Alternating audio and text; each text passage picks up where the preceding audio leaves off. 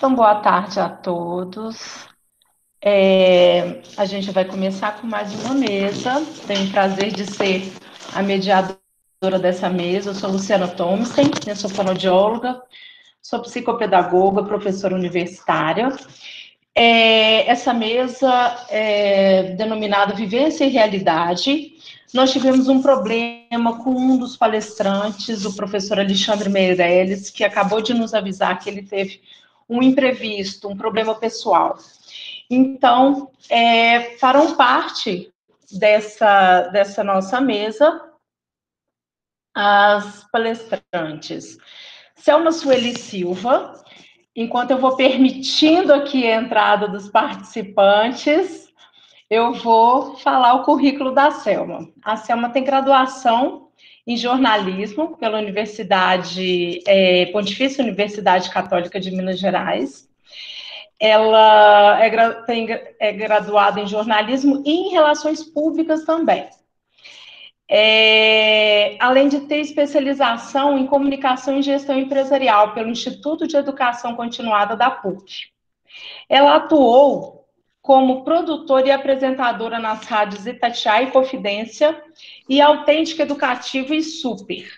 Ela também foi assessora, chefe do INSS entre 1993 e 2001.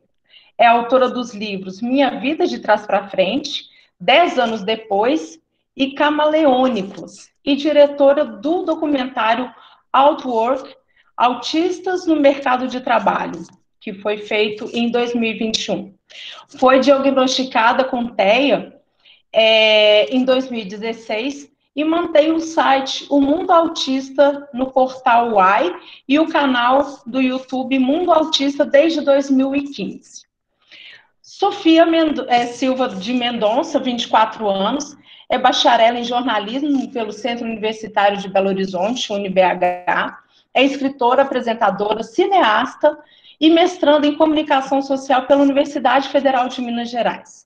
É bolsista da Fundação de Amparo e Pesquisa de Minas Gerais, a FAPEMIG, e membro do AFETOS, Grupo de Pesquisa em Comunicação, Acessibilidade e Vulnerabilidades. Foi diagnosticada autista aos 11 anos, em 2008. Mantém o site O Mundo Autista no portal Uai e o canal do YouTube Mundo Autista desde 2015.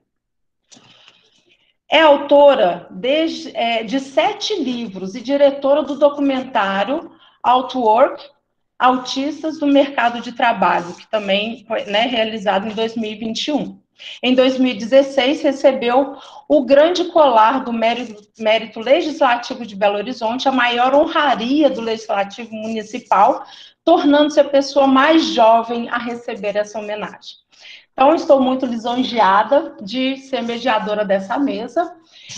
Gostaria de conversar com a Selma e com a Sofia para ver como que a gente vai fazer essa dinâmica, né? A gente tinha se organizado achando que a gente teria menos tempo, né, meninas? Mas agora a gente já Luciana, sabe que tem um tempo maior. Oi. Luciana, dá licença. Você já avisou a todos que o Alexandre não poderá vir, Sim, né? já avisei. O filho dele está... Ele está com problema pessoal, já avisei. Isso, o filho dele, que está em crise, né? E ele ia falar sobre epilepsia, porque ele foi em busca, né, de aprender sobre epilepsia por causa do filho dele. E ele ia passar o relato de vivência, e infelizmente ele não vai poder estar presente hoje. Mas não vai faltar oportunidades, tá? Sim, então, sim. Obrigada, pessoal, pela compreensão, né? E agora, boa palestra para vocês. Muito obrigada. Então, acho que a gente pode se organizar, né, da forma que vocês estavam pensando, não é? Da gente conseguir projetar o vídeo, e a gente pode reservar um momento final para responder perguntas. O que vocês acham? Está sem? Excelente. Sem microfone? Eu penso, Sofia, olha se você concorda comigo. A gente podia falar naquele formato, você fala 15 minutos, apresentando de uma maneira geral a vivência no mercado de trabalho, eu falo 15 minutos. A gente passa o documentário e aí passamos para um diálogo. Por quê? Se nesse diálogo podem surgir novas nuances que a gente responda, e se vocês não tiverem essas demandas, porque a gente não vai esgotar eu em 15 e a Sophie em 15, e nem no documentário, a gente, então, complementa. O que vocês acham? Para mim tá bom, sua vez seria ótimo, você fala primeiro. Tá bom, tá ótimo. Boa tarde, Selma. Desculpa interromper, é porque não está aparecendo o link do formulário que vocês falaram no início. Não, eu vou colocar de novo, então. Eu vou copiar e vou colocar de novo, tá bom? Ok, obrigada. Desculpa por interromper. Não, tudo Nada, bem. Leidiane, tudo bem. Vamos nessa, então?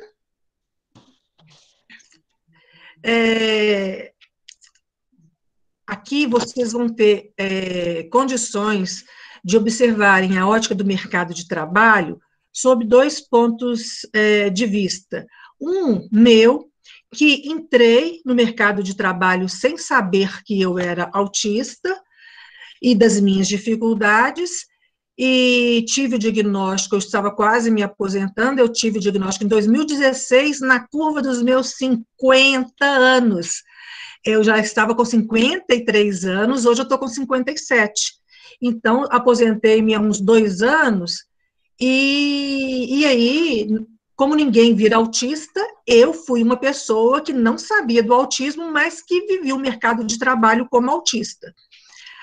E vocês vão conhecer também o lado da Sofia, que já sabia do autismo quando entrou no mercado de trabalho.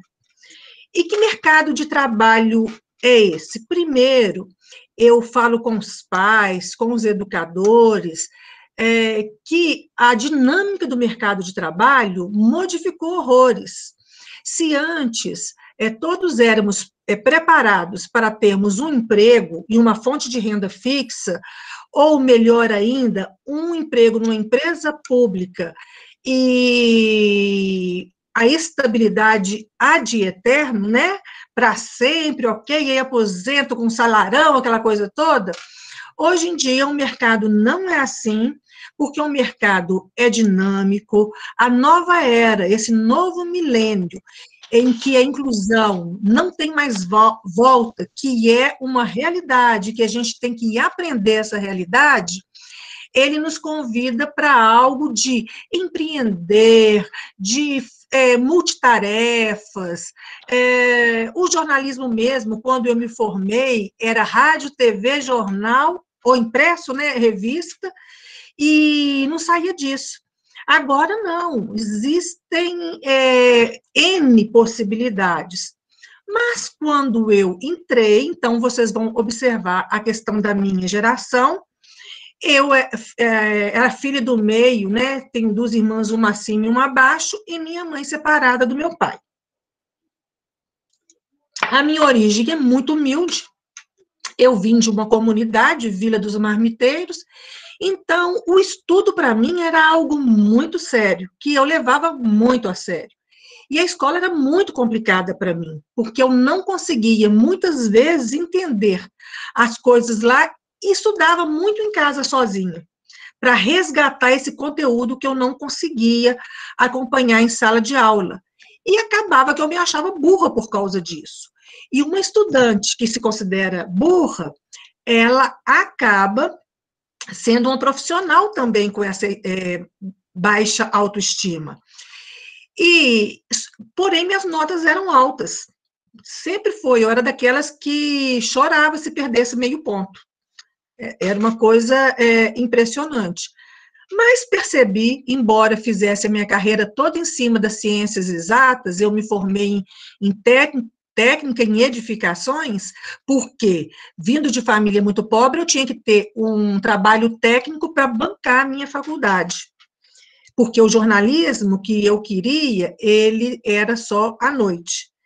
Então, quando eu fiz o curso técnico, eu pensei em fazer engenharia, mas depois a engenharia declinou, mas eu cheguei a trabalhar como técnica orçamentista. Eu fiz o técnico em edificações.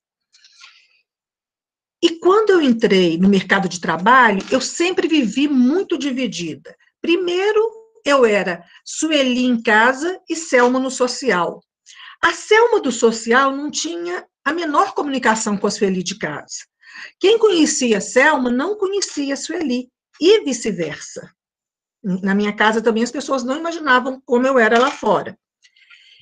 E eu fazia isso até para dar conta, porque eu chegava em casa, eu tinha muitas obrigações como a Sueli, e aí eu compartimentava na minha cabeça. Agora, então, a Selma ficou lá, a escola é outro momento, eu vou estar lá na escola para estudar, mas o momento não vai ser agora, que eu tenho minhas obrigações domésticas, mas tinha também o dever, e eu estruturava tudo para não me perder nisso. E quando eu terminei o curso de edificações no Cefet de Minas Gerais, eu queria panfletar na porta de que eles devolveram um bagaço e ficaram com suco lá, porque era muito apertado. Mas a minha mãe, evidentemente, não deixou. E aí eu fui fazer o curso superior, fiz, então, o jornalismo. Eu já trabalhava como técnica e depois eu fiz a transição, saindo de técnica com salário razoável para ganhar como estagiária em comunicação. Mas quais foram as principais dificuldades no mercado de trabalho? Primeiro, quando eu entrei numa construtora, eu apavorei, porque o código de conversa entre as pessoas num social maior é muito diferente. E eu percebi que as pessoas, na minha cabeça, eram uma quando estavam comigo sozinha, e eram outras quando estava em grupo. Ou seja, o que a pessoa fala com você no particular, ela não banca no grupo. E eu não tinha esse filtro. Aí eu comecei a ter problemas, eu não entendi aquilo. E tendo problemas, eu fui tentando descobrir. Na observação, eu sempre fui uma observadora de gente, porque eu não entendia gente, e por isso que eu fui fazer comunicação social e larguei a engenharia, porque era muito complicado. E aí eu percebi o seguinte, que tinha algumas coisas que era, mas que não era, que podia, mas que não podia, e fui experimentando. Levei muito ferro, evidentemente, porque a minha maneira de perceber o outro, eu achava que eu era ótima na teoria da mente, e eu era péssima em pensar, o outro, quando falou isso, devia estar pensando naquilo, então eu reajo assim. Eu normalmente errava. Mas com o tempo eu fui até ficando um pouco melhor. Mas isso, num primeiro momento, para quem trabalha fora, era terrível, porque só isso acabava com a minha vida. Ainda tinha o trabalho, ainda tinha responsabilidade, eu ainda tinha que sair de lá, pegar um ônibus cheio, com sensibilidade sensorial, e pegar aquele ônibus e chegar na faculdade. E chegar na faculdade era muito complicado, porque quando eu estava lá, se eu tivesse sentindo que eu estava toda suada, preguenta, e tivesse nervoso sensorial disso, o meu corpo me demandava tanto que eu não tinha como aprender o que o professor estava dizendo. Então, eu me dividia. Eu, às vezes, tinha que sair de mim para anotar e voltar a estudar em casa, como eu falei com vocês. Eu não entendia por que as pessoas eram tão tristes de segunda a sexta e reservavam alegria só para sábado e domingo. Como que as pessoas conseguem ficar num trabalho que elas não gostam para ser feliz só no sábado e domingo? É muito pouco. E eu não gostava de comer perto dos outros. Eu não sabia estabelecer conversa, eu não sabia se eu estava sendo inconveniente ou não. Então, Luciana, quando eu tiver, se estourou os 15 minutos, você me fala que eu vou abreviar, tá? Para não... Tá bom. Eu não sabia nada disso, e aí, o que eu fiz? Eu passei a levar comida, salada, ovo cozido, e comer no banheiro, porque se não fosse no banheiro, escondida, normalmente era uma construtora, e o pessoal saía de lá, então ninguém usava o banheiro na hora do almoço, e eu ia para lá, e almoçava lá, não perto do vaso sanitário, viu, gente? E eu almoçava lá, e eu nem percebia que isso era terrível. Foi a solução que eu arrumei.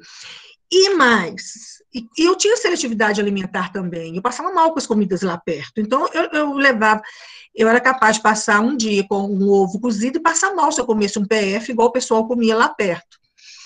E além disso, né, daquela sensação de conveniente, eu me cansava muito rápido, a minha cabeça parecia que ficava oca. Então, depois que eu almoçava, eu ia ler, vocês podem rir da minha cara, aquelas revistas ridículas, Sabrina, Júlia, aqueles romances que vendem em banca, porque o romance pode ser babaca, mas a riqueza de detalhes com que eles descrevem os países é muito rica, e eu viajava na hora do almoço, saía nessa viagem para me preparar para a segunda onda, né, para a segunda etapa.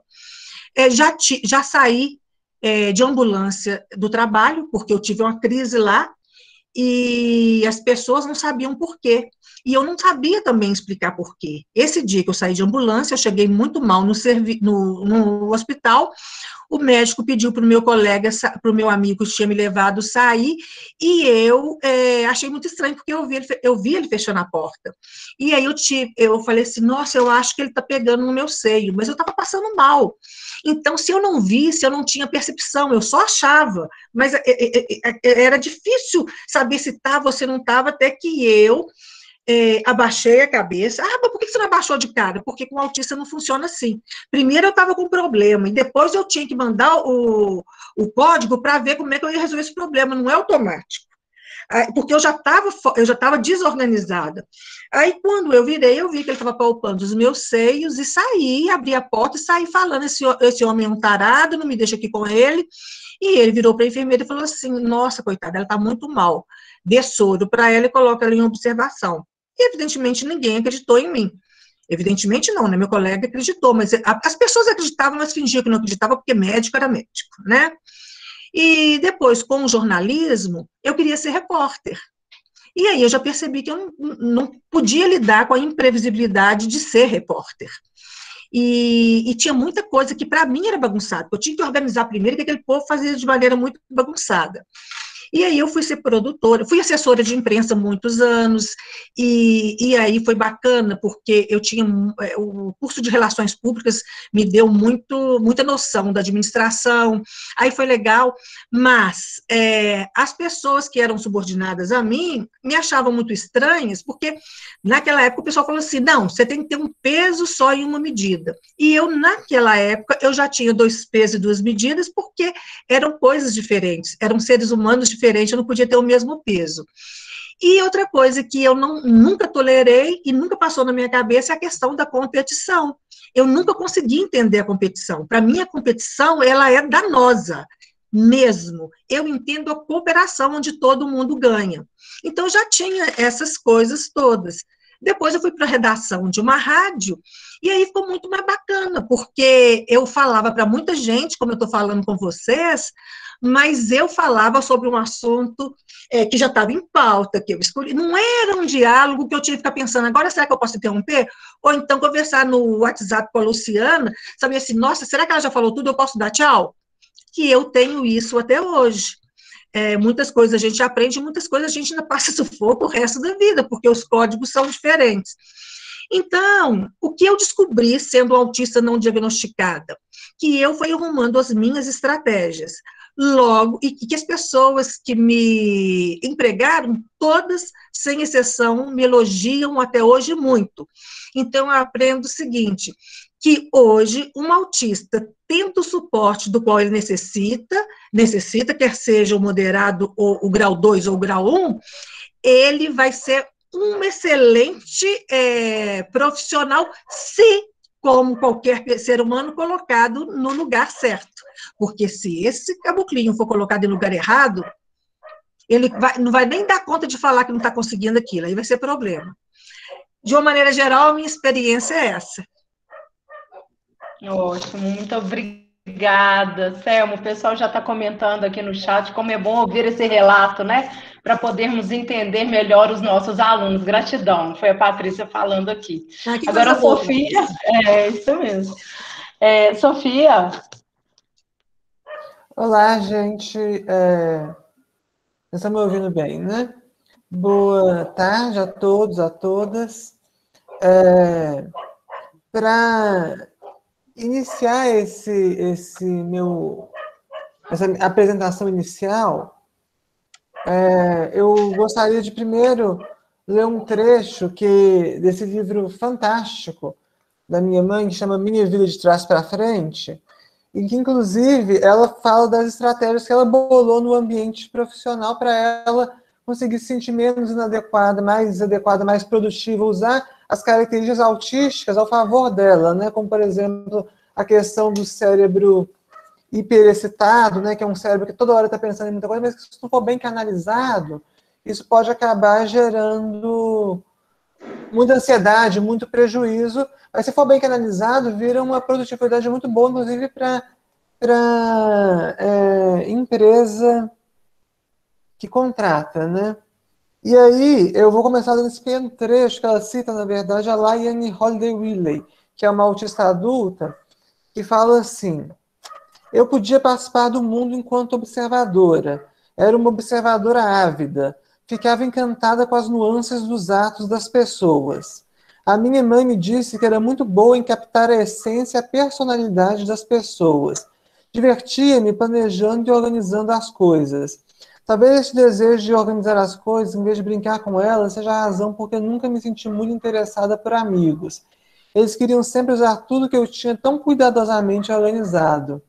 Queriam reorganizar e refazer, não me deixavam controlar o ambiente. Esse texto que ela cita no livro Minha Vida para Frente é uma referência, né, da Liane Holiday e também é usada pelo Tony Atwood no Asperger Feminino, né, que é um livro que aborda as nuances do autismo na mulher. E é muito interessante porque eu me identifico muito com isso ao longo da minha trajetória. Eu sempre fui uma pessoa... Eu não achava que eu ia conseguir fazer passar, né, no ensino superior, né? Eu passei por 3 anos de fobia social muito forte no ensino médio e antes disso eu tinha uma série de dificuldades de socialização, mas uma pressão muito forte pela socialização, que culminou nessa fobia social, uma pressão que às vezes vinha até dos próprios profissionais da saúde, né, que queriam que eu tivesse um contato com outras pessoas à modo das pessoas típicas, né, como se eu fosse uma pessoa típica e tivesse que... eu não via assim, tivesse que me normalizar, entre aspas, para ser aceita. E eu não via assim, eu via como uma pessoa, que eu era uma pessoa com características diferentes e queria criar... E hoje, como comunicólogo e estudante da comunicação social, eu percebo claramente que a comunicação é uma via de mão dupla. Então, necessariamente, envolve uma relação de ação e reação, de mestre e discípulo. E o que é essa unicidade de mestre e discípulo, né? Que já diria o Daisaku Ikeda, que é inclusive, ele fundou o sistema Soka de educação, né, que é uma educação voltada para a criação de valores, e tem a Universidade Soka no Japão, a Universidade Soka da América, enfim. E aqui no Brasil tem a escola Soka, que vai até o ensino médio.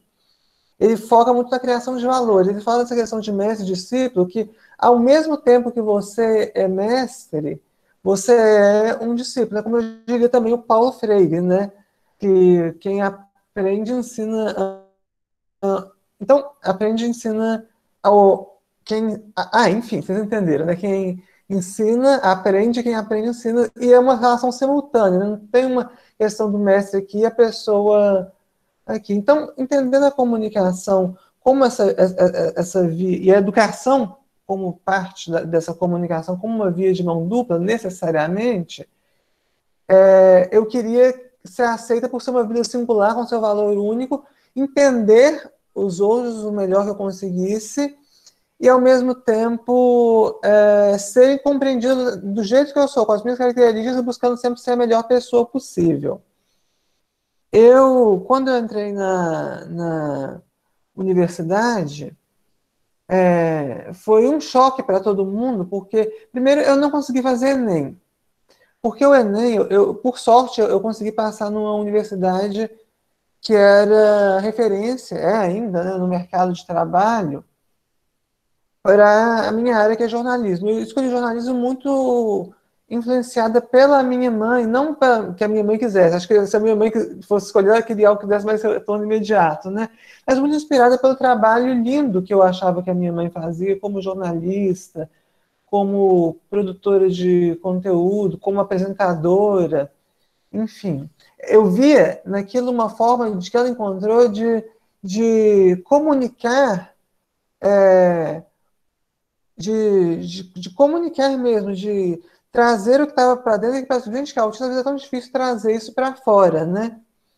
Isso que a gente tem dentro. Então, era uma maneira que ela encontrou de se dizer ao mundo. E o trabalho, tem até um ditado antigo que fala que o trabalho dignifica a gente, né?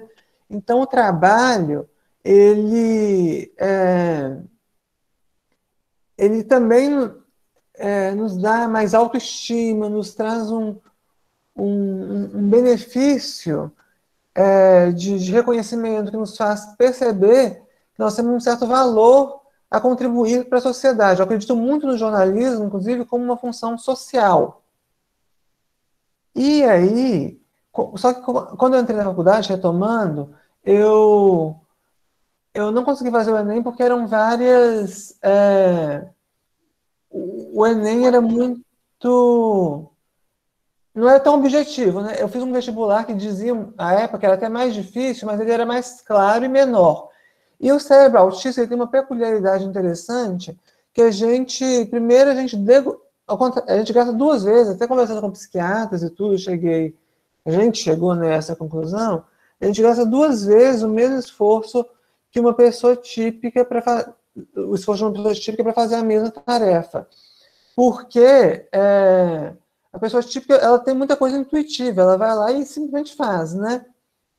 E a pessoa autista, a pessoa no espectro autista, ela primeiro tem que entender aquilo, decodificar aquilo, para depois ela, inclusive na comunicação, coisas básicas da comunicação mesmo, nuances muito sutis às vezes.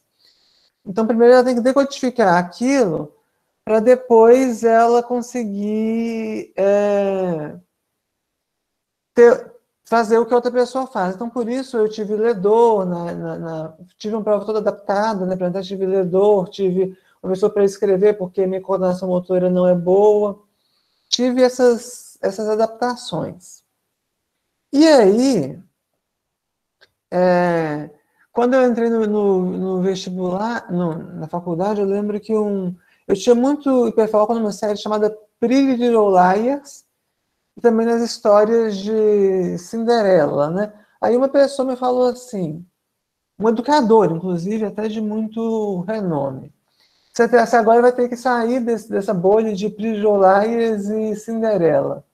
Só que ele não entendia que, como a minha mãe, essa era a minha válvula de escape quando eu estava em casa, para lidar com os estímulos de um mundo que me era tão agressivo. Porque às vezes a pessoa autista parece que ela está no canto dela porque ela não quer interagir, porque ela não gosta, enfim, por uma série de motivos. Na realidade, é tanto estímulo. Imagina você interagir quando você está com dor de cabeça.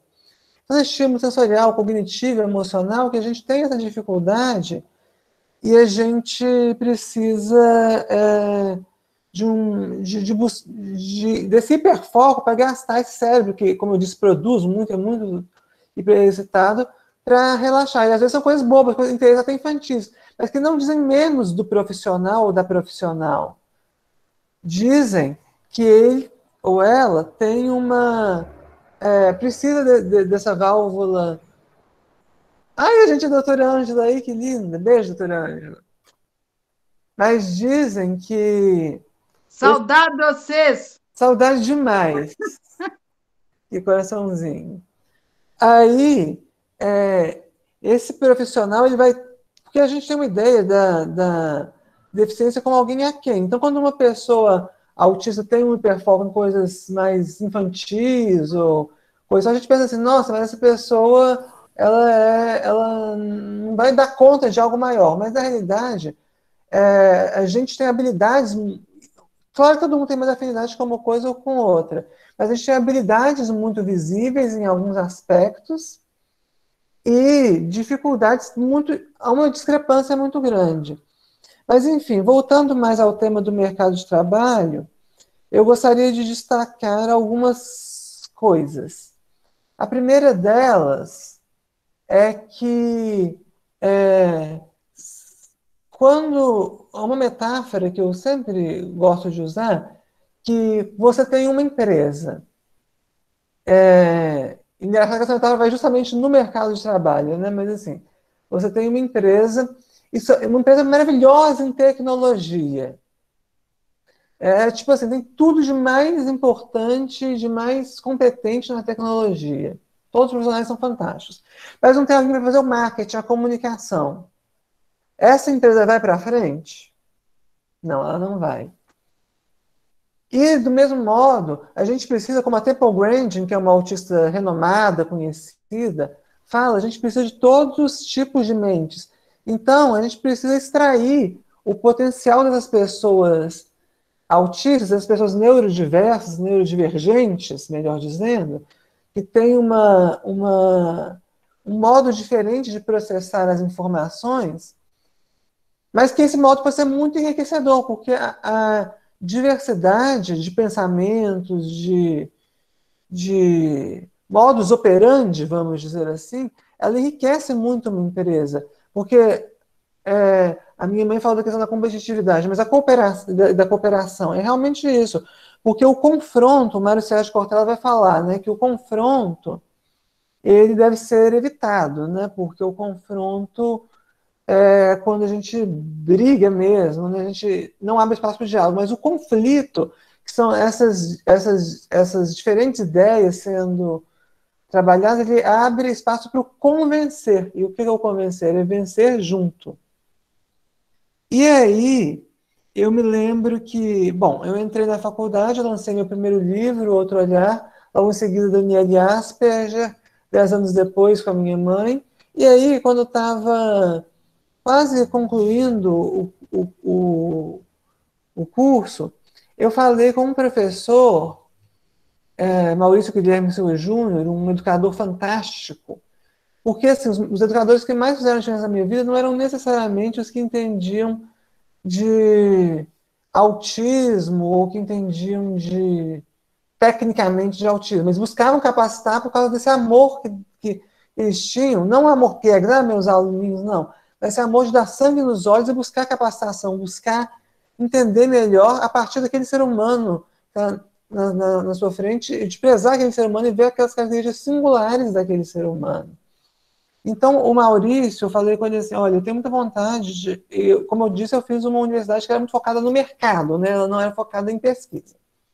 Eu tenho muita vontade de transformar esse meu hiperfoco em pesquisa num projeto de pesquisa mesmo dentro da faculdade. Aí ele falou assim, não estava na época do TCC ainda não, ele falou assim, não só pode como deve, eu quero ser seu orientador. E eu quero porque eu falei com ele assim, olha, eu já tinha conversado com outras pessoas falando assim, mas você tem que focar na interação, você tem uma boa interação com os colegas, você tem que focar nisso, você tem que não se preocupar tanto com fazer mais coisa. Mas a questão é que o volume, o nosso controle de qualidade, sendo autistas, é muito diferente. A gente funciona melhor fazendo menos coisas, principalmente no meu caso, isso é muito evidente, mas que exigem da gente um maior controle de qualidade. Porque senão a gente vai fazer 10 coisas, tipo assim, o senso comum fala, 10 atividades valendo 10 pontos. É mais chance de ir bem do que 2 atividades valendo 50, né? Mas não no autista, no meu caso, isso foi muito visível, porque as 2 valendo 50 pontos, eu daria o mesmo controle de qualidade para tudo. Então, eu me desenvolveria muito melhor tendo essas 2 que me exigiriam mais, sim, mas que eu poderia fazer. Lembra do que eu falei, de decodificar, né, e que o volume às vezes prejudica. Então, eu falei, se você tenta desenvolver um cérebro autista à moda do cérebro típico, você não vai ter o mesmo resultado que aquele cérebro, que é diferente, tem um modus operandi diferente, pode oferecer. Ele falou assim, então, não só pode, como deve ter esse projeto de pesquisa, eu quero ser seu orientador, E aí eu quero que você faça, como eu gosto muito da sua escrita jornalística, que você faça um TCC que não seja um artigo, sem desmerecer os artigos, mas que seja um livro jornalístico acadêmico. E daí surgiu esse livro que eu amo, um dos livros que eu mais gostei de ter escrito, que é o Neurodivergentes, Autismo na Contemporaneidade, que é um livro que trata, são 3 capítulos temáticos, e trata da questão do autismo sob um ponto de vista em consonância com as evidências científicas, tanto os autistas que eu entrevistei, quanto os profissionais, quanto os familiares estão em consonância com as evidências científicas, mas, sobretudo, tem uma visão de vanguarda de como vai ser o autismo no futuro, né? E aí, depois disso, lancei outros livros também, de uma repercussão bacana, e aí, mantenho, né, o mundo autista, que começou de uma maneira muito informal, mas que a gente rapidamente teve que se profissionalizar, porque a repercussão foi muito grande. O Mundo Autista é um canal no YouTube, em primeiro lugar, depois ele se tornou um site chancelado pelo UAI, é um grande portal daqui de Minas Gerais, com 5 milhões de seguidores, mas o Mundo Autista inicialmente era esse canal no YouTube, que a gente compartilhava vivências, a gente não tem pretensão de passar uma visão de médico, de educador, mas de usar essa expertise de jornalistas. Lembra que eu falei que o jornalismo tem muito uma função social? Para trazer informações de maneira acessível, informações que sejam do que é mais atual, do que é mais importante sobre o autismo e outros temas contemporâneos também, e a sociedade. E, para finalizar a minha fala aqui, deixa eu ver se eu esqueci de alguma coisa. Bem, aí eu entrei no mestrado, né, agora, em 2020, teve um atraso para começar por causa da pandemia, na UFMG, e eu já cumpri o primeiro ano, né, agora já estou na escrita da dissertação, e o mestrado é interessante porque a linguagem acadêmica não é muito acessível para as pessoas em geral e para pessoas autistas que têm uma dificuldade maior de abstração, principalmente na área da comunicação social e das textualidades midiáticas, que é mais especificamente o que eu pesquiso, exige muito. Mas eu consegui uma coisa muito importante, uma rede de apoio de amigos e professores maravilhosos. Eu destaco a Sônia Pessoa, que é uma grande pesquisadora da deficiência, que é minha orientadora, o Nísio, que é um professor de crítica de cinema, que eu fui estagiária docente dele. Tenho colegas fantásticos, o Matheus, a Fatine, e cita esses nomes, a Paty, cita esses nomes, porque essa rede de suporte mostra que quanto mais o ambiente estiver preparado para receber a pessoa com deficiência, a pessoa autista, menos essa pessoa vai precisar de esforços que vão prejudicar a saúde dela para ela se camuflar, para ela se fingir uma pretensa normalidade.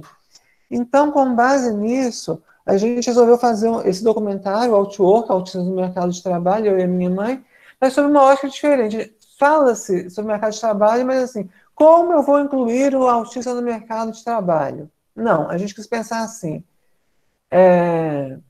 os autistas que já estão lá, como está sendo feita essa inclusão e como que a gente pode tirar o melhor disso? Então, esse documentário que nós vamos assistir agora. Minha fala inicial era essa e muito obrigada, gente.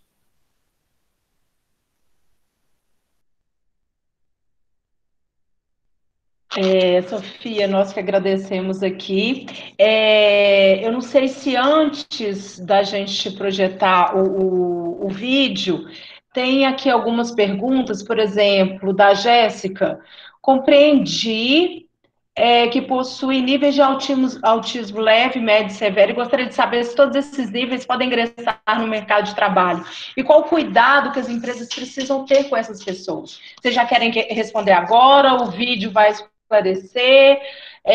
Deixa para o final? O que vocês preferem? O seu... Para não deixar, não passar nada, né, a gente aproveitar tudinho, vamos fazer. Sofia, se você depois quiser complementar, eu te agradeço, se houver necessidade.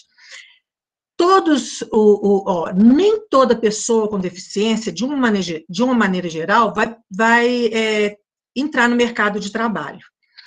E tudo bem, porque a gente tem mania de mensurar e de dar valor às pessoas se ela está no mercado de trabalho ou não.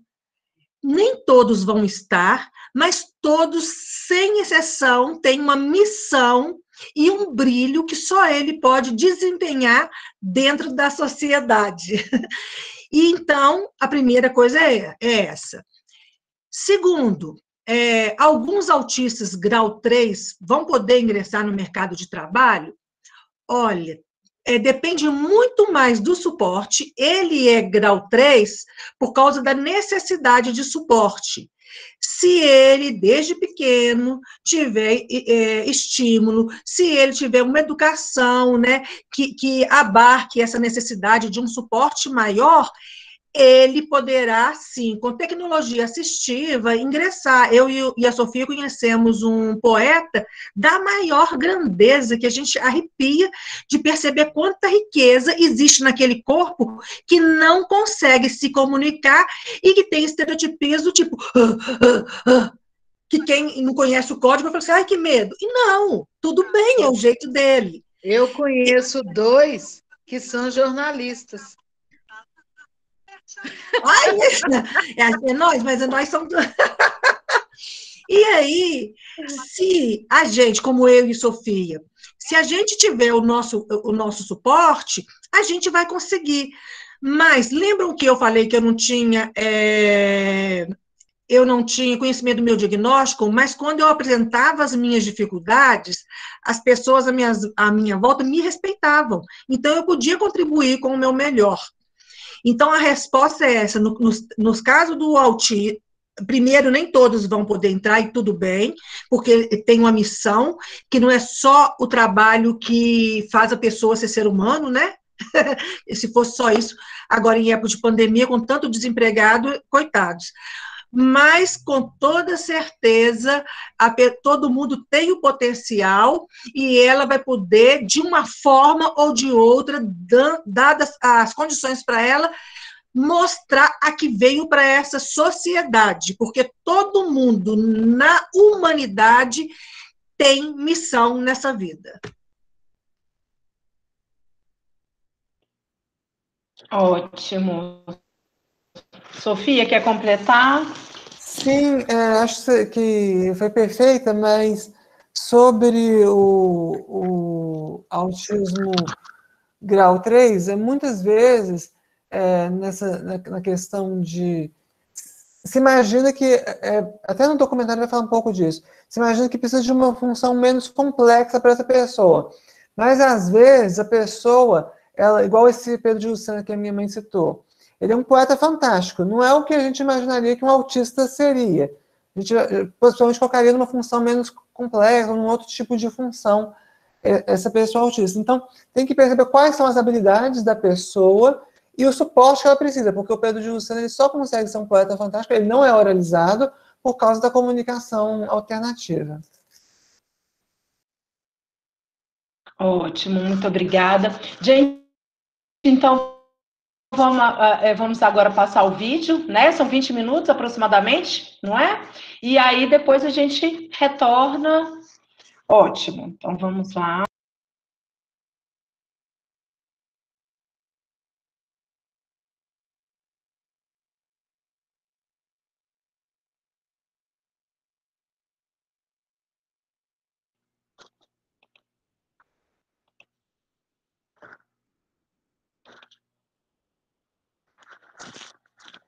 Tá passando aí para vocês? Falta som. Não está com som. Não? Deixa eu ver aqui como que eu faço com este som aqui. Interromper. O som tá no máximo aqui.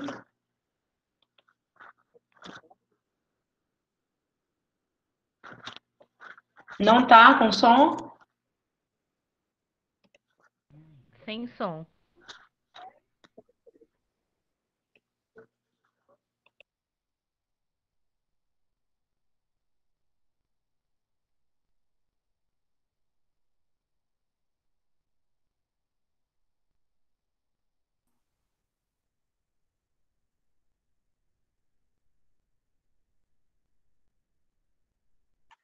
Você está com o seu fone de ouvido? Não é o do computador? Tá sem som.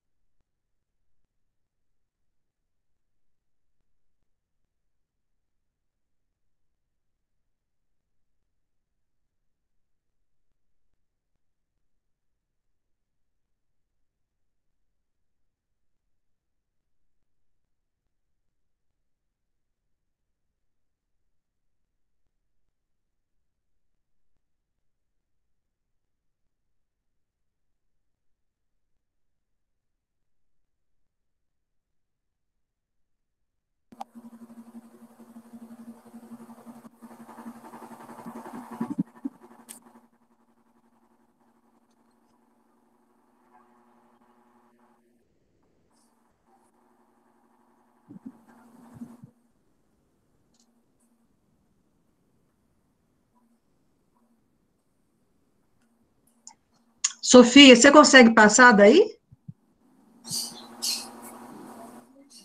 Posso tentar. Você quer, Luciana, que ela tenta?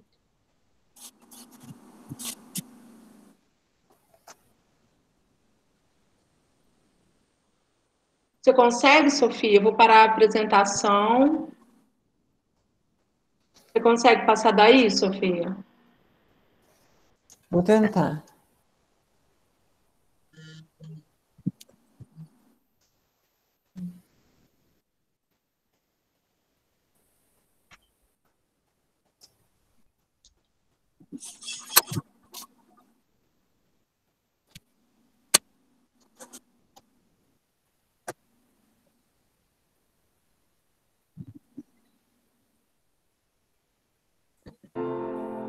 E agora, vocês estão ouvindo? Tá. Meu nome é Joyce Rocha, eu tenho 28 anos. Meu nome é Márcia Moreira Machado, eu tenho 43 anos. Meu nome é Enan Rezende Bispo do Nascimento, tenho 28 anos de idade, me assusta um pouco, porque daqui a 2 anos vou ter 30. Meu nome é Paloma Bright, tenho 38 anos. Meu nome é Daniela, tenho 31 anos. E para me descrever aqui, eu sou uma mulher preta, né, com cabelo volumoso, cacheado. Eu me identifico como um sexo feminino, eu tenho cabelos castanhos e olhos castanhos, e estou vestindo uma blusa azul. Estou com a camiseta amarela, não dá para ver direito, mas é da banda que eu amo de paixão, o Queen. Há 2 anos eu tenho diagnóstico, vai fazer 3 anos esse ano. Então, assim que eu me descobri autista, tudo sim se conectou. Eu trabalho dentro da SAP há 5 anos, como desenvolvedora. Hoje eu trabalho no Mercado Livre, eu trabalho na área de governança de TI, já tinha trabalhado anteriormente também na área de governança de TI. Atualmente eu trabalho como UX Design, com foco em acessibilidade digital. Clínico geral, e eu estou atuando na área.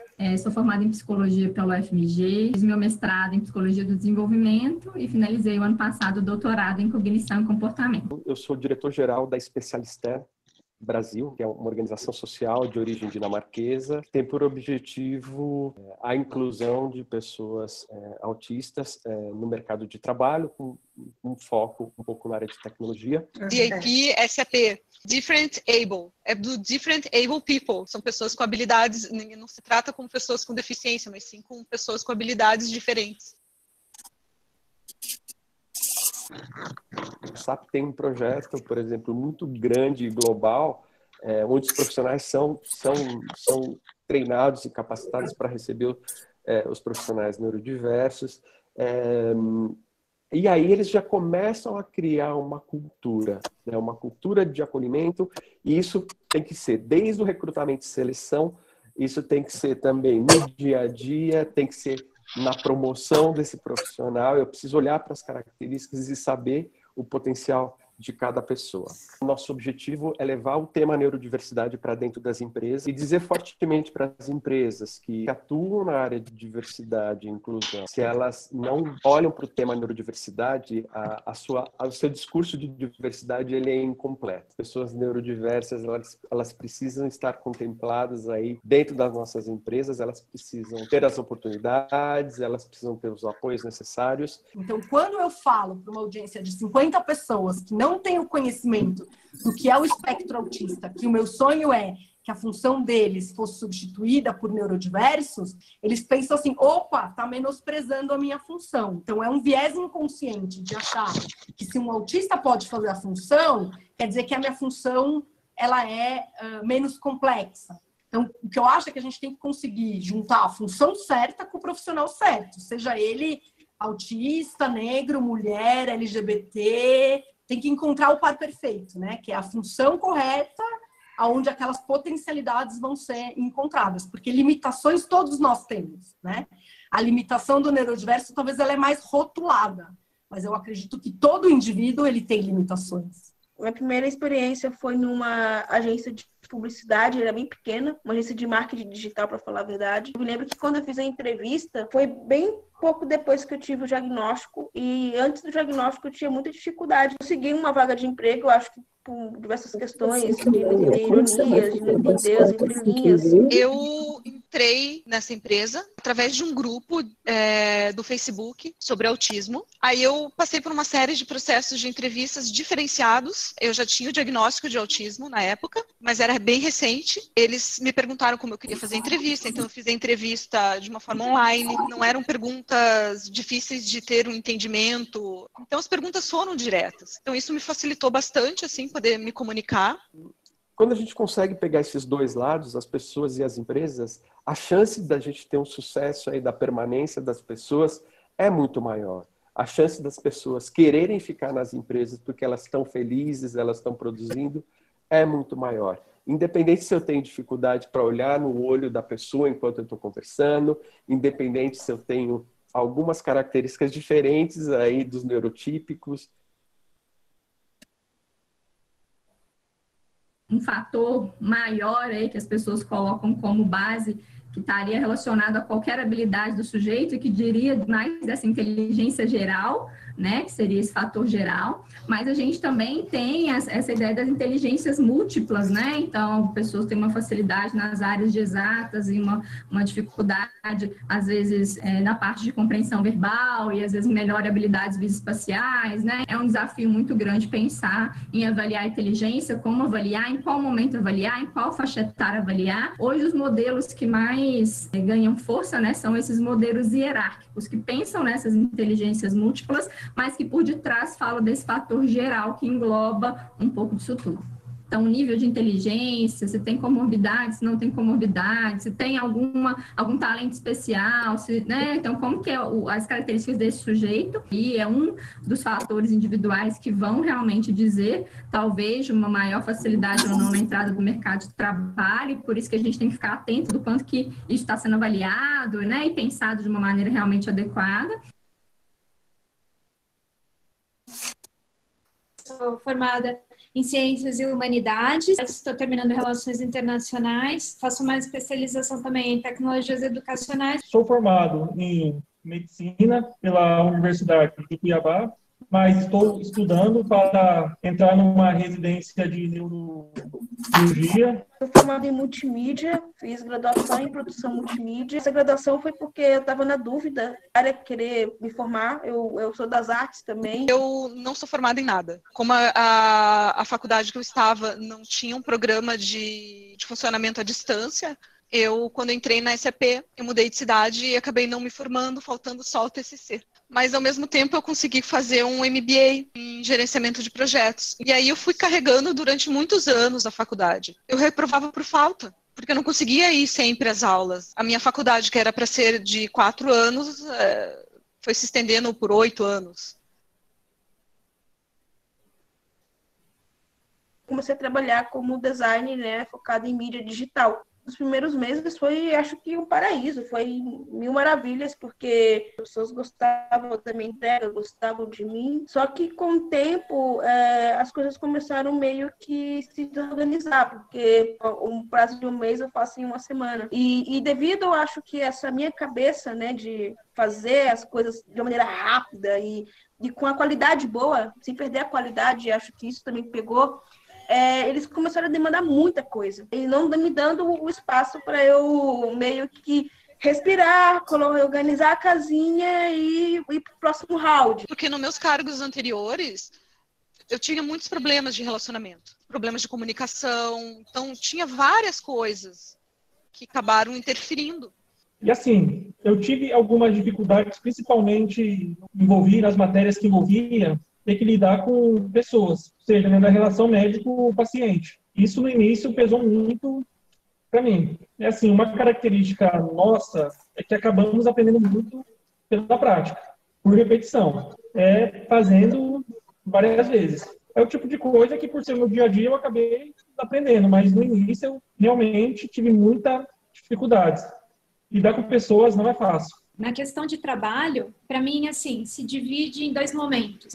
Um momento, trabalho sem qualificação e trabalho com qualificação. Um trabalho sem qualificação, eu comecei a trabalhar com uns 13 anos, porque na verdade eu não aguentava ficar em casa. E aí eu comecei a trabalhar fora, precisava assim, externalizar de alguma forma para aquela coisa. Engole o choro, você precisa trabalhar, e todo mundo passa por isso. Por que você está chorando, né? Sempre muito dura, muito rígida comigo. Limitações todos nós temos, né?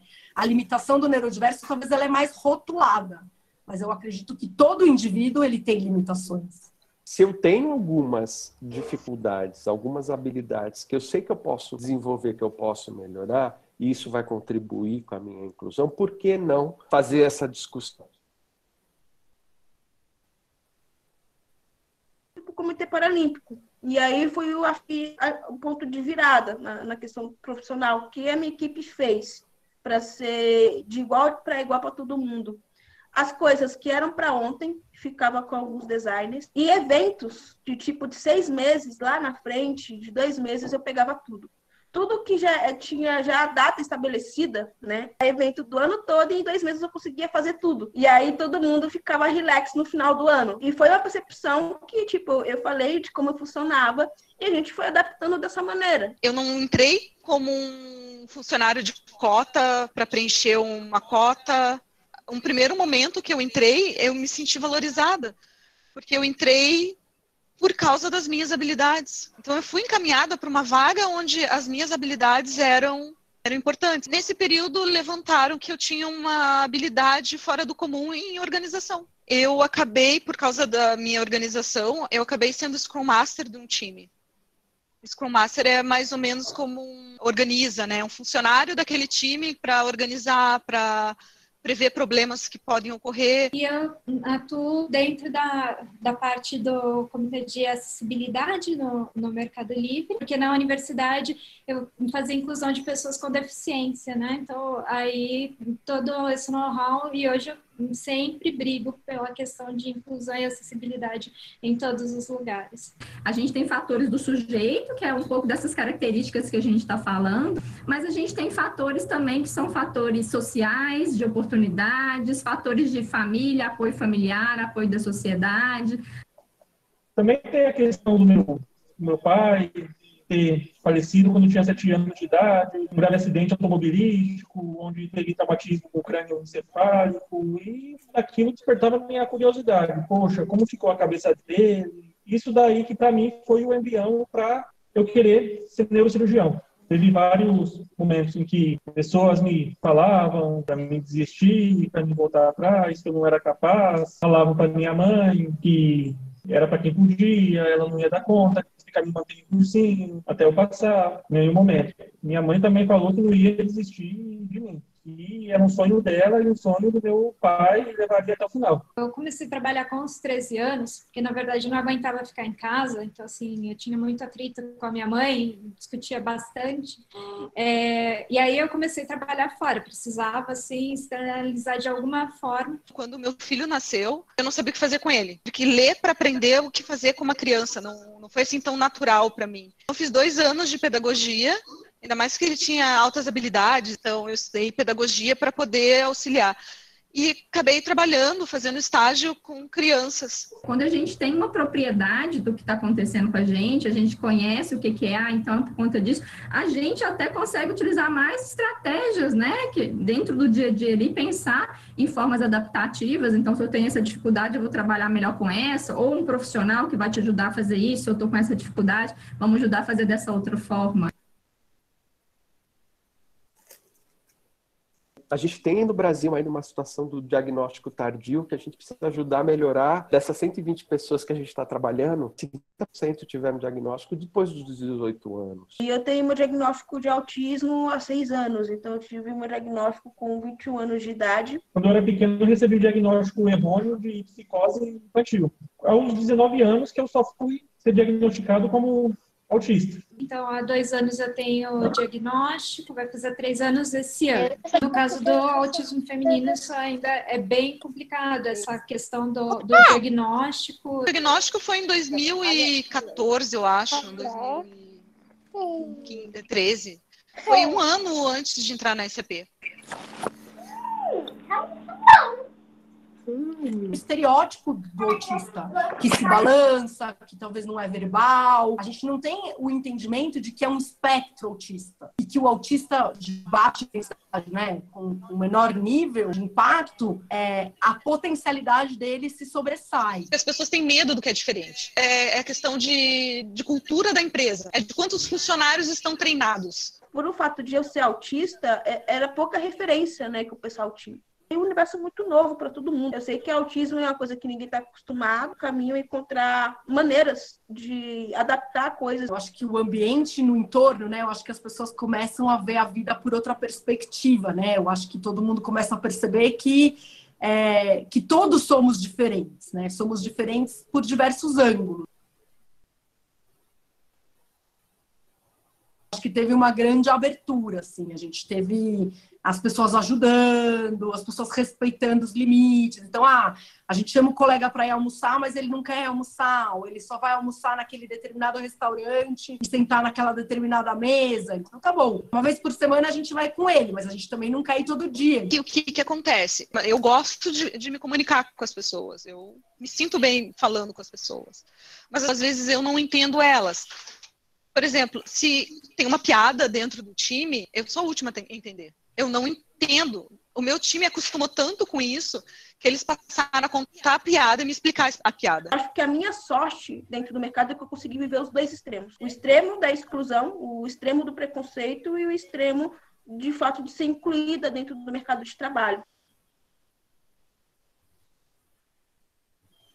E aí eu iniciei dentro de um treinamento que era para pessoas com autismo, dado pela empresa Specialisterne. Veio uma pessoa, na época não tinha ainda um representante aqui no Brasil, agora é uma empresa que tem uma representação aqui, para passar um tempo com a gente, para levantar as habilidades, para ver em qual vaga se encaixaria, dentro do espectro. Assim. Então, se a pessoa levanta e sai, vai para a janela, no momento e dá um grito, era esperado que isso acontecesse. Saí do comitê para vir para a Zupa já faz mais de um ano que eu estou aqui e era vaga exclusiva para o PCD, além de trabalhar na parte de pesquisa, de entender os usuários. É uma empresa que também está começando a evoluir na contratação de pessoas com deficiência. E é muito legal trabalhar num ambiente assim que tem essa liberdade, que tem essa discussão. É legal saber o quanto existe o respeito e eu me sinto muito à vontade até mesmo de falar. Eu acho que até mesmo a experiência que eu tive no comitê me deu mais, acho que empoderamento, de tipo, eu posso fazer isso, posso fazer aquilo. E os meus gestores são pessoas super abertas. E é um time, assim, de diversos lugares, de diversas diversidades. É um ganho para a sociedade, é um ganho para o líder, é um ganho para os colegas, né? É um ganho para o neurodiverso e para a família do neurodiverso. E, de novo, os neurodiversos têm potencialidades que podem ser exploradas pela empresa e que são características que hoje se busca muito, né? Um olhar analítico, um olhar processual. A gente fala muito do viés inconsciente, dos estereótipos, porque se a gente não quebra essa lente e cria a abertura para pensar diferente, a gente não combate o preconceito. Se a gente não combate o preconceito, não tem a inclusão. Porque a gente fala muito de preconceito, a gente fala muito, fala também do outro lado de acolhimento, né? Mas a gente precisa ter uma cultura dentro das empresas de não discriminação, né? Então, quando a gente fala de diversidade e inclusão, de fato, a gente fala de receber pessoas com todas as características, né? Então, são pessoas neurodiversas, pessoas com dislexia, autismo, outras características. A gente está falando também das pessoas com diferentes etnias, raças. A gente está falando de pessoas com diferentes orientações sexuais, a gente está falando de um público muito amplo, de diferentes faixas etárias, enfim.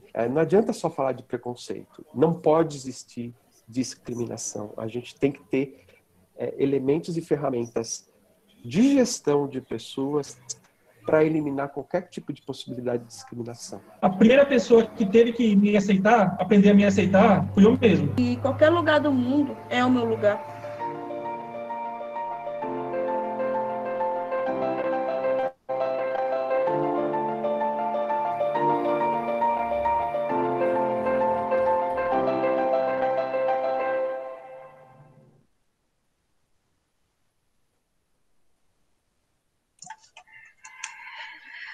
Eu espero que vocês tenham gostado.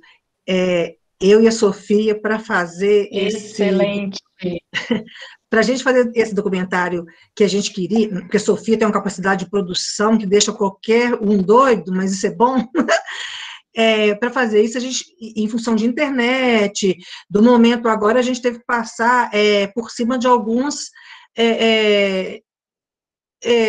tiques do próprio autismo, porque para a gente tem muito rigor, rigidez cerebral, e tinha que estar perfeito, imagem perfeita, senso imperfeito, mas a informação tem que ser coerente, passada de maneira humana e com muito amor, porque quando a gente abre os braços para a inclusão, é o que a gente recebe, muito enriquecimento e muito amor.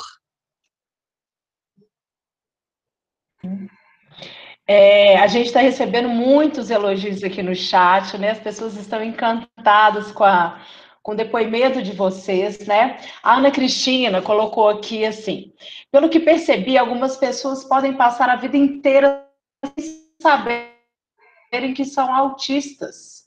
Quais fatores podem levar a esse diagnóstico tardio? Quais fatores que podem... eu não sei se eu entendi no que ela está falando, mas se eu entendi, eu vou, senão você me interrompa que a gente reformula. Eu acho até que... Deixa eu ir na outra pergunta que já colocou aqui, olha, uma pessoa pode se descobrir com TEA depois de adulto, graduada, casada, constituído família, etc. Eu acho que uma está complementando a outra aí, ó. Isso que eu ia falar, foi o meu caso. O que acontece? A gente sabe dos esforços que a gente faz para dar conta da nossa vida. Em determinado momento, eu percebi que não que eu fosse falsa, mas que, para mim, o relacionamento social é demanda. Eu me canso depois de me relacionar, eu posso ter, inclusive, uma sobrecarga emocional e sensorial, em função de muitas falas, de muito barulho.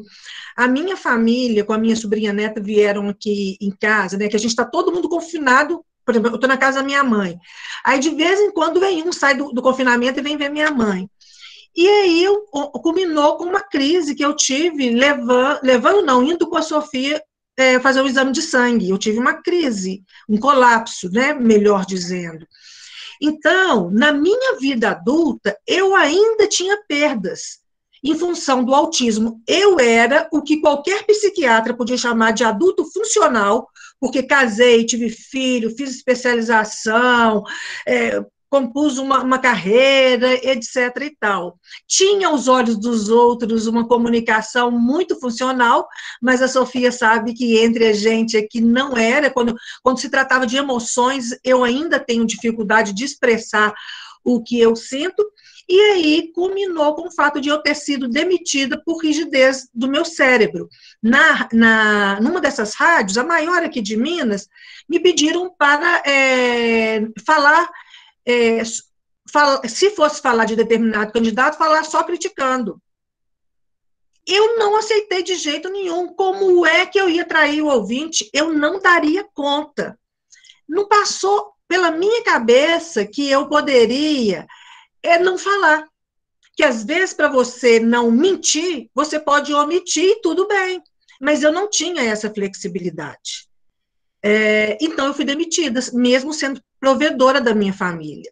Então, eu tenho perda real. Se eu tiver que tomar vacina, chegar no posto, se ele estiver muito cheio, eu volto sem a vacina. Porque se eu tentar, é crise. Eu tive crise levando minha mãe na segunda dose. E a crise não é bonita.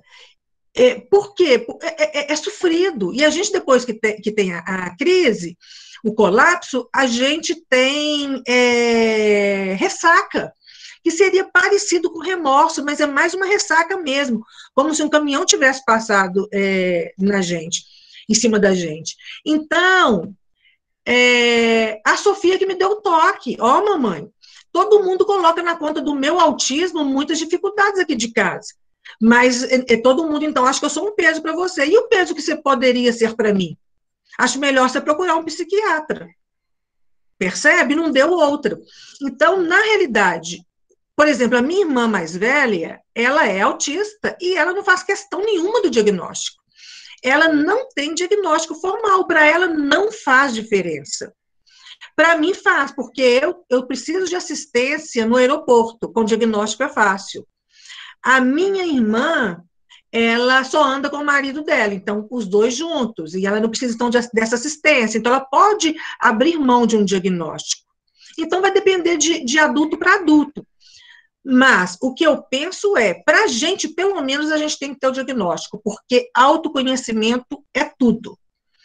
E eu quero até pedir licença, que eu vou ler para vocês, desse livro que eu fiz junto com a Sofia, das nossas produções autísticas e não autísticas, ou seja, que tem textos autísticos e outros não, em que eu tenho diário desde que eu tenho 10 anos de idade. Por isso também que meu diagnóstico foi mais fácil, né? Porque essa referência toda antes da camuflagem, está tudo lá.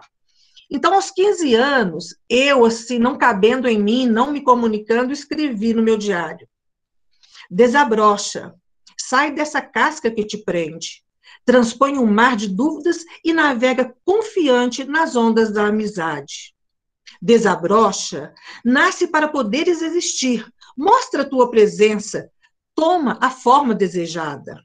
Desabrocha, rompe a barreira das palavras, impõe-te no mundo dos sentimentos, não aceites a vergonha imposta pelos outros.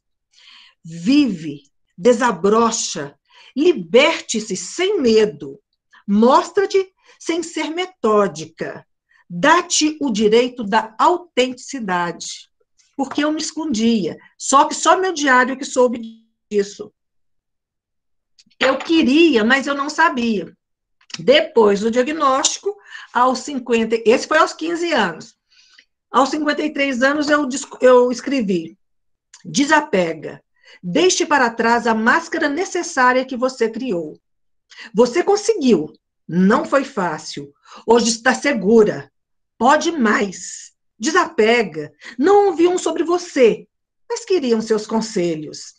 Fez amigos, confiou, desiludiu-se, seguiu em frente. Bem mais tarde, descobriu a forma desejada.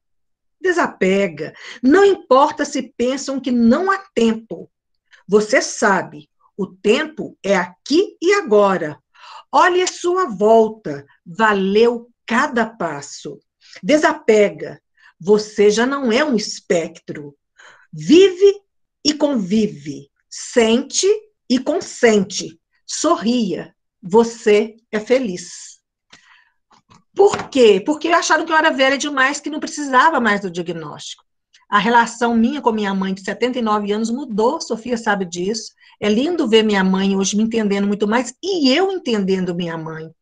É lindo eu sinalizar para a Sofia: Sofia, hoje só no visual, porque eu não estou dando conta. Ah, eu já tinha percebido, mamãe. Ou então, que bom que você avisou, mamãe. E esse autoconhecimento no trabalho também te dá, no trabalho, na escola, porque você sinaliza. Porque o neurotípico não é obrigado também a saber de tudo. Ele vai aprender com a gente, né?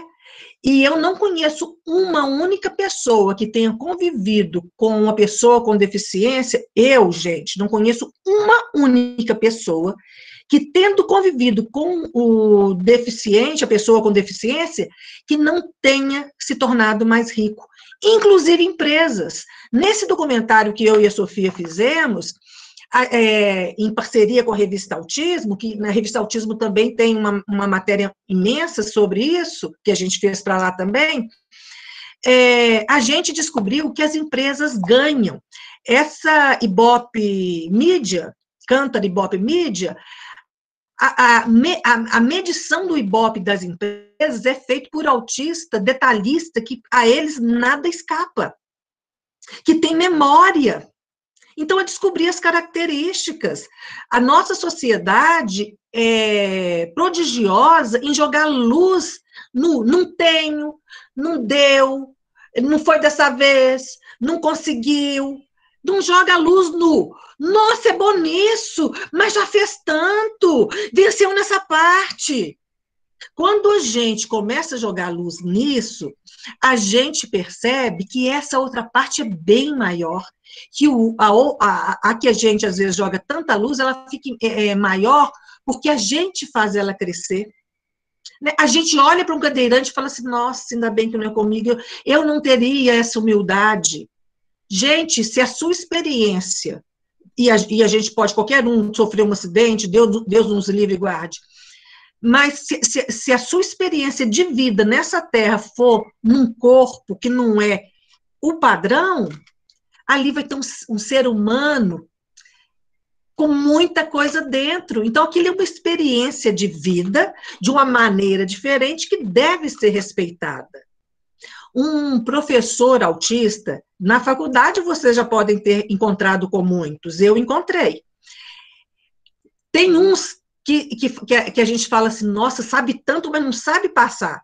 Porque se você deixar ele passar aqueles conhecimentos do jeito dele, ok. Mas se você interpelar de uma maneira que ele não consiga te compreender, ele realmente não vai saber passar o conhecimento. Então, o que falta para a gente? Então esse professor não podia ser professor.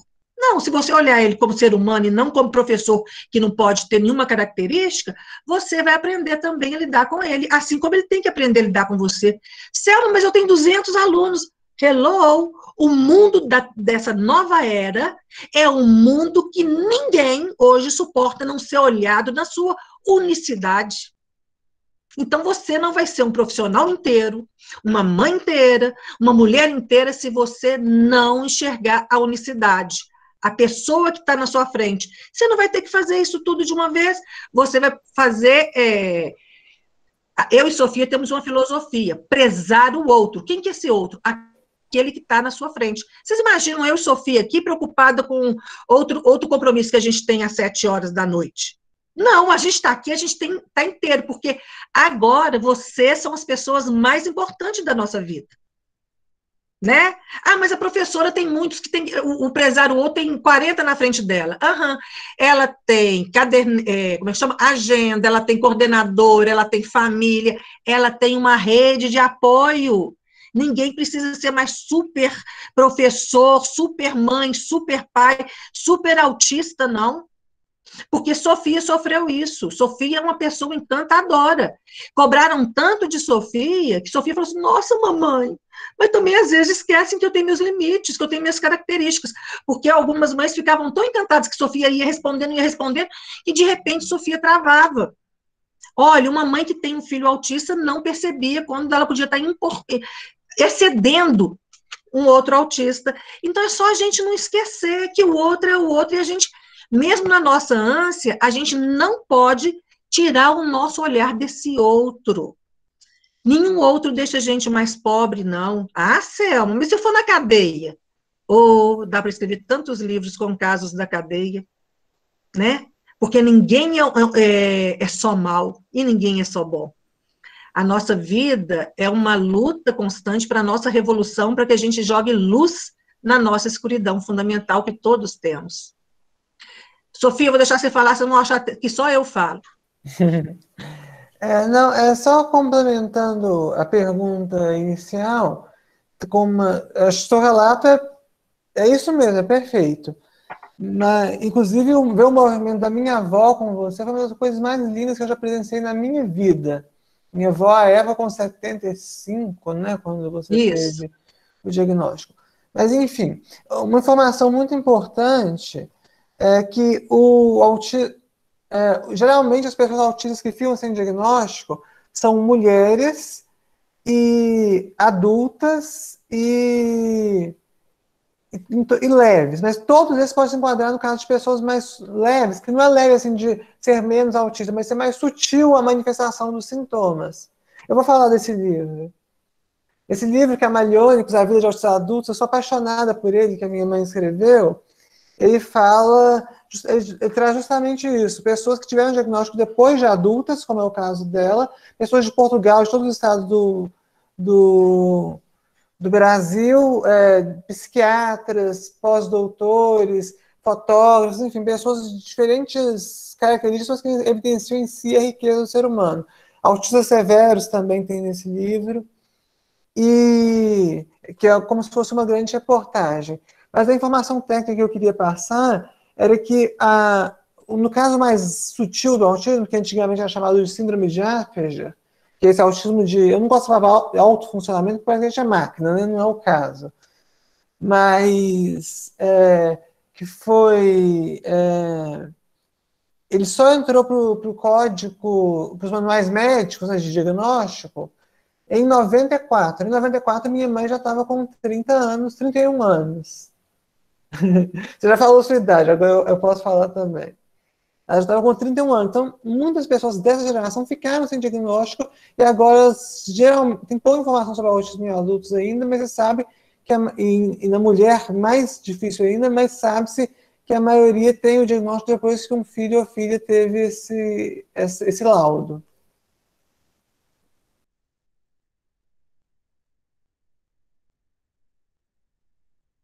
A Jéssica está perguntando o nome do livro, Camaleônicos, A Vida de Autistas Adultos. Ou de adultos autistas, não me confundo. De adultos autistas. Quem quiser conhecer esses livros que eu e a Sofia, cada livro nasceu de uma demanda da sociedade. A gente via, nossa, a gente precisa compartilhar essa vivência com a sociedade, nasceu dessa demanda da sociedade.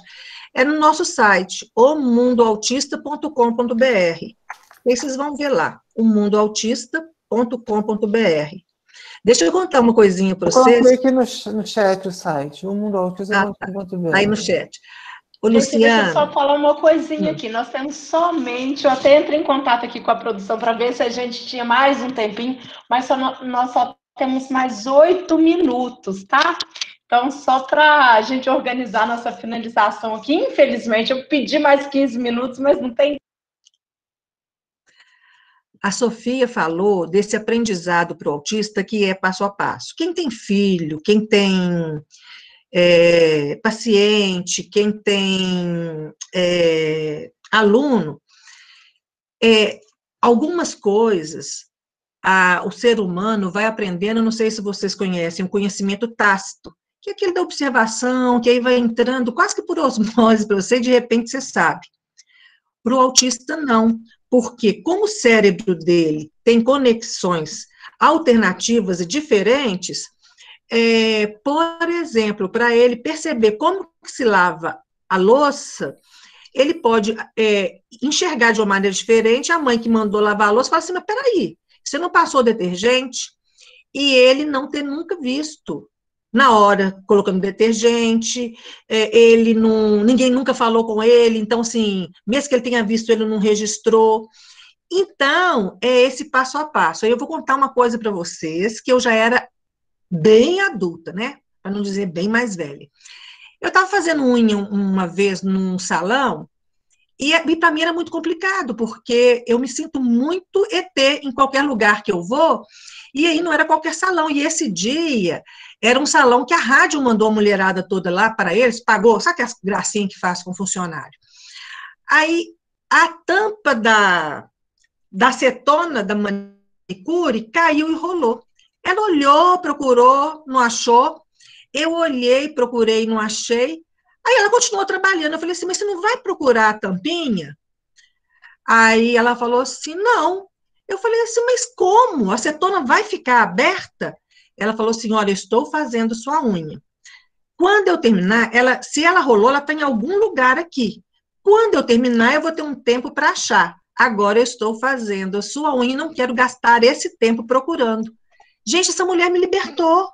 Porque eu descobri que quando alguma coisa perde na sua casa e você tem outra coisa que é prioritária, você não precisa procurar aquilo naquela hora e não precisa ficar com aquele sentimento de que, nossa, está faltando alguma coisa, aquilo não está completo, mas eu não estou conseguindo raciocinar as outras coisas, agora eu não posso fazer mais nada enquanto eu não achar isso. Olha, isso me libertou. Outra coisa que é mó bonitinho é, às vezes, a Sofia vem para mim e fala assim, mamãe, eu recebi um zap perguntando disso, eu dei essa e essa resposta e penso que é assim. Aí ela tá testando, né? Aí isso hoje em dia não acontece mais não, mas logo que a Sofia estava descobrindo o social, era muito gostoso. Mamãe, agora então eu posso, eu não preciso me preocupar com isso não, preciso? Ela já tinha feito tudo, mas ela precisava introjetar esse passo a passo e saber, não, agora eu posso ficar descansada. Então precisava da validação para ela introjetar isso. Eu não sei se nesses minutos também tem alguma pergunta, né, que eu também não quero ocupar todo o tempo. Gente, conversei com a organização aqui, a gente ganhou mais 5 minutos, olha que coisa boa, que tá todo mundo no chat assim, nossa, já tá acabando. Se vocês duas tiverem disponibilidade, a gente fica aqui mais um pouquinho. Gente, tivemos muitos comentários agradecendo a live, falando da experiência de vocês, pessoas falando que estão assim, emocionadas, profundamente gratas por todo o conhecimento, experiência de vida de vocês, vitórias alcançadas, compartilhadas com maestria, muito amor. Isso foi a Lucélia que colocou aqui para a gente. Essa live que estamos participando veio com muitas informações que nos auxiliam, agora tanto para melhorar o nosso trabalho, podemos compreender para ajudar a desenvolver na aprendizagem dessas crianças que precisam tanto dos nossos ensinamentos, para avançar na leitura, na escrita, fazendo ter uma prática melhor nas suas dificuldades e necessidades diante dessas atividades escolares, né? Depois de adulto, como que a pessoa percebe que é autista? Qual especialista procurar, né? A Vanessa está perguntando. Posso começar respondendo essa? Claro. Primeiro, quem quiser mais informações, segue a gente lá no Instagram, @mundo.autista. E a gente fala muito sobre essa questão do autismo em adultos. Geralmente a pessoa em si, ela não percebe. Quem percebe é uma pessoa próxima que percebe o impacto das atitudes que essa pessoa às vezes não tem muita noção de que tem, de rigidez, de crise, mas se você sente a sua... Ou então a própria pessoa percebe quando a vida dela está passando por algum entrave muito forte. Se houver... E não tenha... Se você sentir que a sua vida está travada, procura mesmo, porque é muito importante ter esse diagnóstico, ter um norte, né, para a gente se conhecer. Os profissionais habilitados para isso são psiquiatra e neurologista, mas tem que ser, e aqui no Brasil a gente ainda tem um pouco de defasagem nisso, que entendam da questão do autismo em adultos. Também tem avaliações neuropsicológicas que podem ser feitas, muito importantes, e aí a neuropsicóloga indica um psiquiatra nesse caso, e que ajuda muito também no diagnóstico.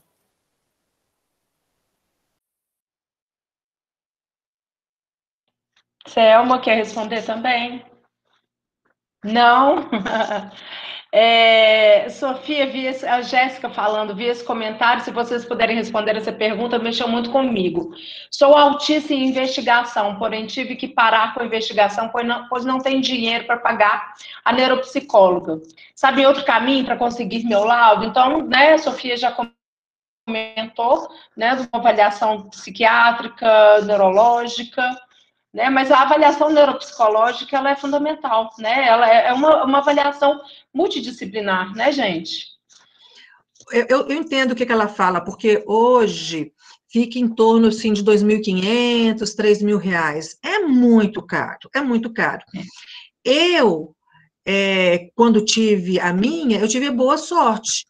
Na Unimed, não tinha. Eu paguei uma psiquiatra particular, mas o psicólogo da Sofia me indicou já essa psiquiatra. Então, existem, vai fuçando, como diz o outro, né? Vai procurando, porque existe psiquiatras que podem fazer um trabalho com você e te dar essa avaliação, você pagando a consulta, que, no meu caso, à época, eu paguei R$200.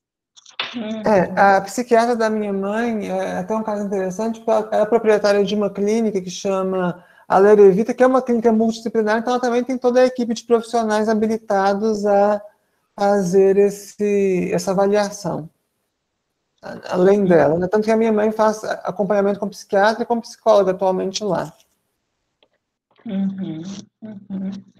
Gente, são vários os comentários aqui, né? Difícil, acho que não dá tempo para todos serem lidos. Se vocês quiserem falar de novo, Sofia e Selma, a página do YouTube, né? Os sites de vocês, sobre os livros aqui, se quiserem colocar aqui no chat para o pessoal, porque eles estão perguntando muito sobre como ter mais informações sobre o mundo, né, do autismo. Então, se vocês puderem só repetir aqui para quem entrou depois e tal, seria ótimo. Olha, eu e a Sofia estamos remodelando para dar mais informações, porque a gente acredita do fundo do coração que compartilhar vivências é diminuir sofrimentos e preconceitos. Então, a gente tem o site omundoautista.com.br, a gente tem o Instagram, @mundo.autista, a gente tem o Twitter, qual que é, Sofi? Também a mamãe... Autista _ Mundo. Sabia, porque é trocado, Autista _ Mundo. Mas, de qualquer maneira, se vocês colocarem no Google Mundo Autista, Selma Sueli Silva, Sofia Mendonça, vocês vão chegar na gente em todos os nossos trabalhos, inclusive em outras áreas, porque Sofia também tem trabalhos em outras áreas, mas tudo sempre ligado à inclusão, à educação, a criar uma comunidade com mais amorosidade, com mais humanidade, humanismo, porque isso, sem dúvida, redunda num mundo mais inclusivo. E eu e a Sofia, a gente fala de cadeira, a gente tem muito orgulho da nossa trajetória, mas a gente já sofreu muito também. Ficou lá atrás e serviu de aprendizado. Mas se a gente puder compartilhar as nossas vivências para diminuir essa possibilidade de sofrimento, a gente compartilha mesmo. Eu vou colocar o Zap também do Mundo Autista, que é o meu Zap, né? E aí, Sofia, você coloca aí para mim também no chat. O 31 98896 6412. Desculpa, Sofia, você ia falar alguma coisa? Ia. Só para fechar aqui, os nossos contatos, então, são esse Zap aí que você passou. Os nossos livros estão na Amazon também, para quem quiser ter acesso, estão no site omundoautista.com.br, no YouTube Mundo Autista, Instagram, @mundo.autista, Twitter, Autista_Mundo, e Facebook Mundo Autista também. Então, é só vocês pesquisarem lá. Olha, a Luciana falou que é professora universitária também. Eu quero agradecer muito esse espaço aqui, que reúne gente, e cada um de vocês que vieram aqui com a gente, para além do certificado, que é importante, eu sei, mas vocês... Eu ouço vocês dizendo para mim assim, Selma, eu também quero fazer diferença no mundo, Selma, eu estou aqui lutando para construir um mundo melhor.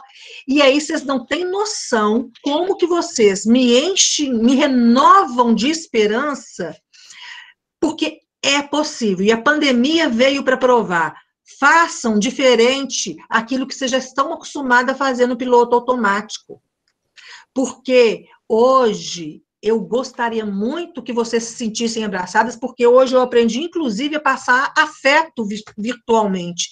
Eu estou muito emocionada e muito agradecida, Luciana, a esse evento lindo, a essa oportunidade e a esses convidados maravilhosos aqui, muita gente, vocês não sabem o quanto que isso é importante para mim e para a Sofia. Muito obrigada.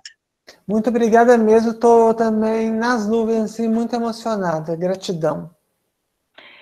Eu queria agradecer a vocês também, a todos que participaram. Foi uma honra ser mediadora de vocês. Já as acompanhava e agora conhecê-las assim virtualmente foi assim um prazer inenarrável. Eu sou fonoaudióloga, sou psicopedagoga, não trabalho com autismo, mas eu tenho assim eu admiro muito quem trabalha, leio muito a respeito, mas eu acho que precisa, né, na questão do profissional trabalhar com autismo, tem que estudar muito, tem que ter muito conhecimento para trabalhar. Então, assim, eu sempre encaminho, mas eu estou sempre lendo a respeito, e eu acho importantíssimo, eu, por ser professora universitária também, né, a gente recebe alunos que a gente suspeita, né? Será que não teria um diagnóstico aí que precisaria ser feito, né? Mesmo que tardiamente. Muito obrigada pelo compartilhamento do conhecimento e a experiência de vocês. Realmente foi uma tarde, assim, emocionante. Muito obrigada mesmo. Aos participantes aí, eu agradeço muito. E é uma pena, eu estou com uma pena de fechar a sala, tá? A gente tem as ordens, Luciana, quaisquer de vocês que precisarem da gente, assim, de coração, não é discurso, não, até porque isso não cabe no autismo, não. A gente está às ordens. A gente sabe, a gente percebeu, Selma, Sofia, a gente percebeu a disponibilidade de vocês e a gente agradece muito, tá? Não é qualquer palestrante que compartilha o número de WhatsApp, né? No chat aí para os participantes. Então, agradeço muito e até a próxima, então. Espero que todos aí continuem no evento, participando, e espero que tenhamos mesas e palestras tão excelentes como essa que a gente teve hoje. Muito obrigada mesmo, de coração. Um abraço. Tchau, tchau. Tchau, pessoal. Tchau, tchau. Tchau, tchau, pessoal.